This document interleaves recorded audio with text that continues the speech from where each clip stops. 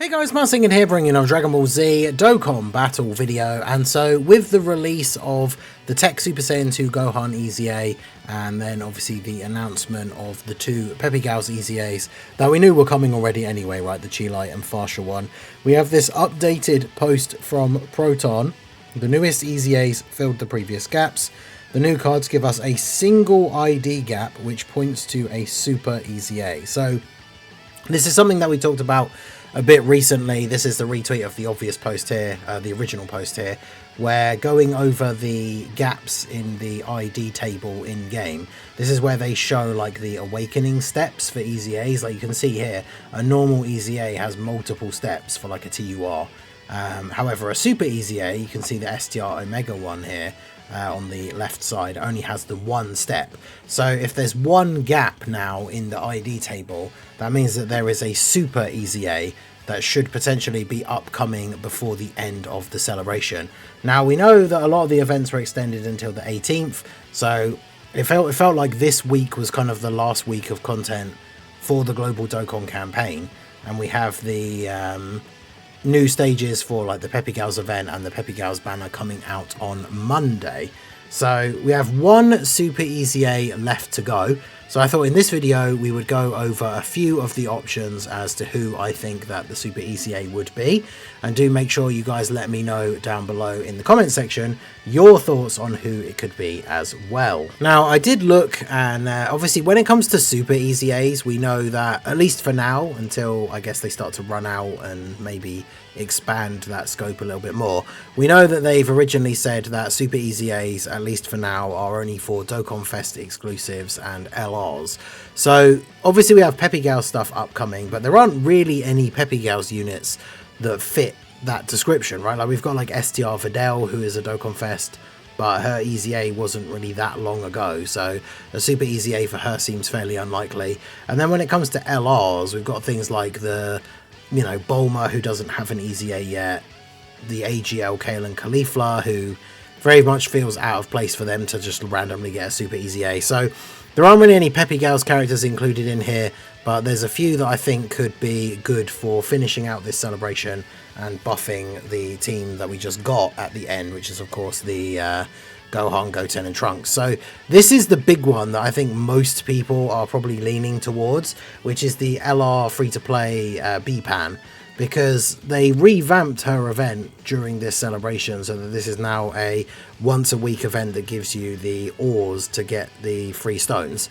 Now obviously that could just be a coincidence, but it's, you know, they could have put in a new event that gives those dragon ores instead, but they revamped this one. I guess the argument could be they didn't really have to do much to revamp it, right? They just changed like the reward table and stuff like that. But the fact that this got an update during this celebration, and now one of the routes on the map gives you a guaranteed drop of the versions of the Bee Pan card. So therefore, if you hadn't already got her farmed up or anything like that, that would make it significantly easier. I suppose the only thing is them giving her a Super EZA, and you can only get her card from an event that you can only play once a week. I suppose there would be some people that wouldn't be able to get her very easily if you didn't have her already. But obviously if they added in a new stage like for her Super EZA, they could easily add in some missions that would drop some copies of her, maybe even already as an LR like we saw with the Nova Shenron missions, and then that would help people to have her ready to go. And if you're someone that does have her already, having LR copies just drop would be good for fixing the hidden potential and things like that, right? So I think Bee Pan is a perfect choice, right? Because not only is she on Youth and Hybrid Saiyans, and also on Bond of Friendship and Bond of Parent and Child, so she gets the full 220 lead from the Gohan, Goten and Trunks, but she is also a GT Heroes character, so she's good not only for the Youth and Hybrids team that has come out at the end of the celebration, but also for the GT Heroes team in general. And just imagine, like, she was one of the first units in the game to have this active skill that is like a multiplicative attack buff, which at the time there weren't many of those in the game yet, and so you could really see the huge impact that her active skill had on other units. And it can be activated from turn 3.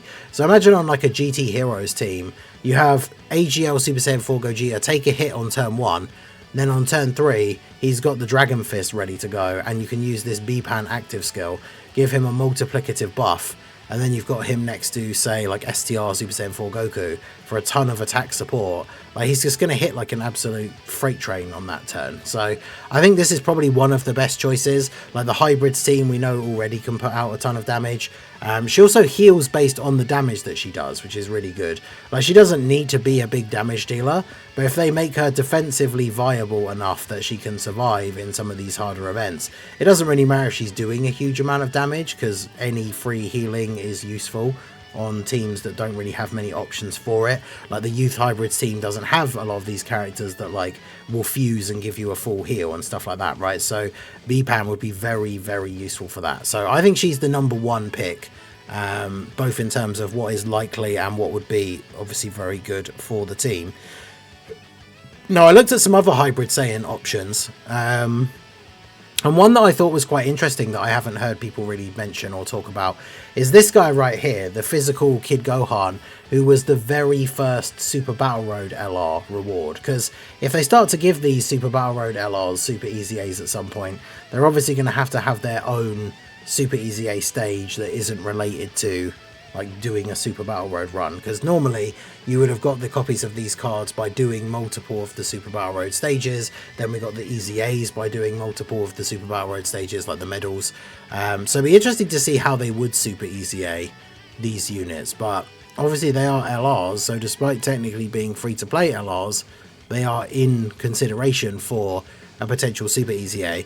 Now the only thing about this guy that obviously makes me think that it's not as likely to happen now for this celebration is that this guy does need a Goku attacking in the same turn in order to get his 58% damage reduction, which realistically when he came out is when he got his EZA, even because he didn't have it in his passive before, but when he got his EZA, that made him super viable and made him useful for even Super Battle Road stages at the time that were still relatively difficult, because 58% damage reduction, especially at that time, wasn't super common.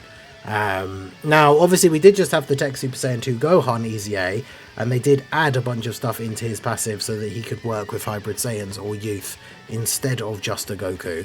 So in theory they could do the same thing for this guy as well, and then he would be quite an interesting character for that team because he'd be under the full 220 lead.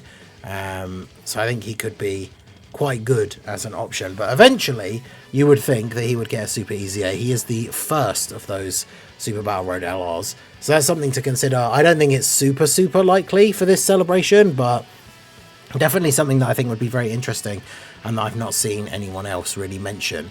Now we got a couple of other ones. There's the physical Super Saiyan 3 Gotenks. Now I would say that I feel like it's too early for this guy, but we just got the AGL Vegeta and STR Super Saiyan 4 Goku, and they are the first of the 120 leaders from the 120 meta, and this guy was the super physical 120 leader, so we have started Super EZAing those characters now, so arguably it's not necessarily too early for him to get his EZA. The problem is, like on the youth team with the Gohan, Goten and Trunks, the units that just start out as Gotenks obviously don't have the categories for the full 220 leader skill, and obviously we already have the Tech Super Saiyan 3 Gotenks EZA. I think it would be kind of wild if we get to, I don't know how many Super EZAs we have in total now, but the fact that 2 of them would be standalone Super Saiyan 3 Gotenkses seems kind of crazy. But then I guess that's what happens when they made him one of the mono leaders in like back-to-back metas, so I guess it is definitely possible.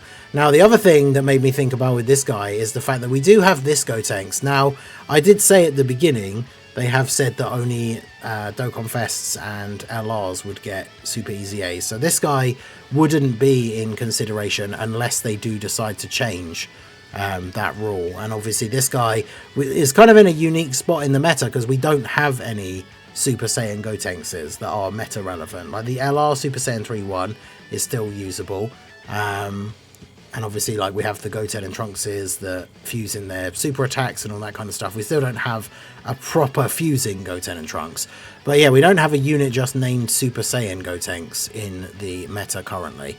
So this guy could certainly be very interesting. As you can see from his EZA, pretty blank slate in terms of abilities, so he would have the potential to be pretty good as well, I think.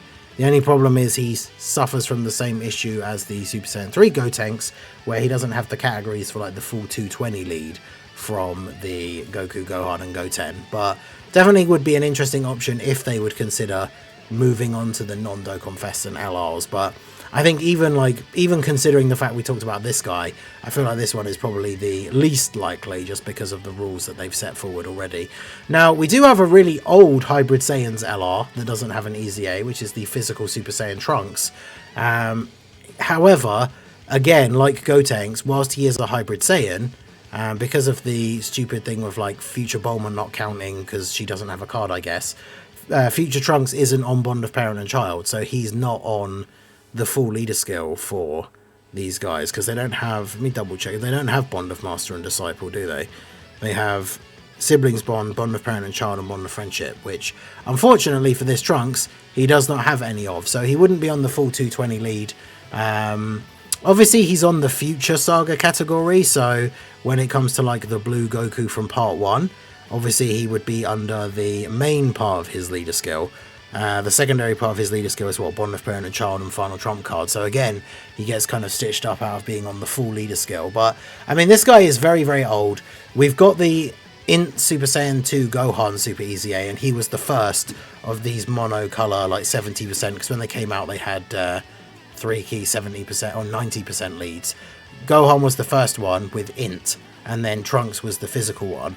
So we've got AGL Martian Vegeta, the Tech Rose Marsu, and then the STR Broly. So any one of those guys could get a Super EZA at some point soon, because Gohan already has his, so they've already gone into those like meta of characters for Super EZAs. I'm still very surprised we didn't see the Tech Rose and Zamasu one during this celebration to help buff the Super Bosses team, but it is what it is.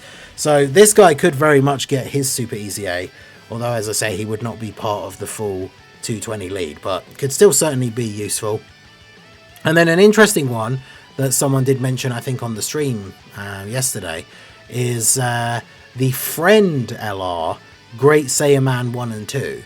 Because remember that the new Videl coming out is on Defenders of Justice. The new Goku, Gohan and Goten have Defenders of Justice as one of their categories. Videl has the thing about like a unit that involves Great Saiyaman in the name. So these guys are just a super class support unit that debuff extreme enemies. Their Super EZA can easily add attack into this debuff, and then when facing an extreme enemy, they get extra attack and a chance for an additional super attack, which could be, percentage chance of this could be upped pretty significantly.